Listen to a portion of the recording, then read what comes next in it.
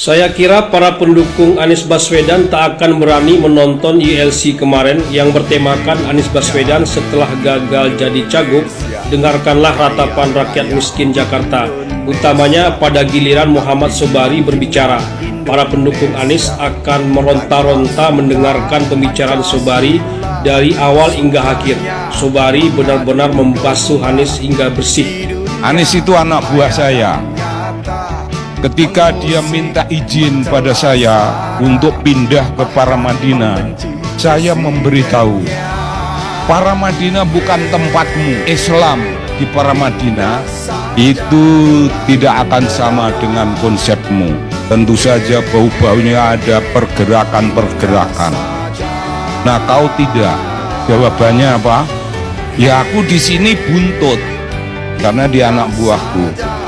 Aku di sini buntut. Kalau di Paramadina aku kepala.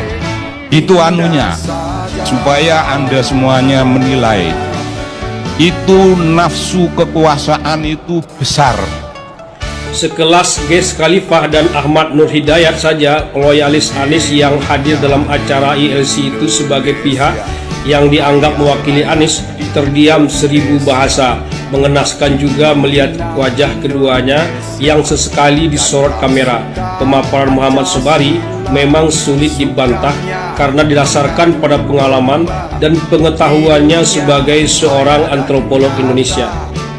Sobari memulai dengan menegaskan bahwa Anies adalah bekas anak buahnya.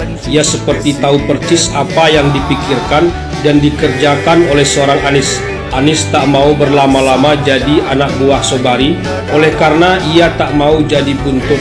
Anies ingin jadi kepala, karena itu ia pindah ke Paramadina atas bantuan orang dalam, diantaranya Sudirman Said, Yusuf Kala, termasuk juga yang disebut paman Anies.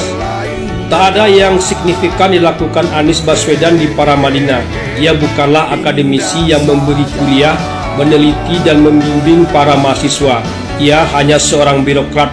Ia hanya ingin jadi kepala, bukan buntut. Istri almarhum Nurholis Majid, Omi Komariah, sampai kecewa dengan Anies, tegas Sobari, yang membuat Anies kemudian hengkang dari Paramadina. Anies tak punya kultur Paramadina sedikit pun.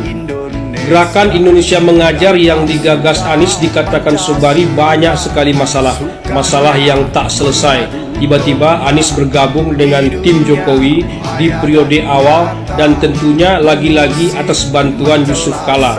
Tapi Anies sudah diresapel sebagai Menteri Pendidikan belum lama setelah menjabat. Bagi Sobari, Anies bukanlah diresapel tapi dipecat oleh Jokowi. Kalau di Indonesia Mengajar banyak masalah, di Paramadina diminta harus hengkang, dan di tempat Sobari mundur karena tak ingin jadi buntut, inginnya jadi kepala. Tentu dipecat Jokowi sebagai menteri juga bukan karena kinerja Anies yang baik dan sukses seperti yang banyak diklaim oleh para pendukung Anies.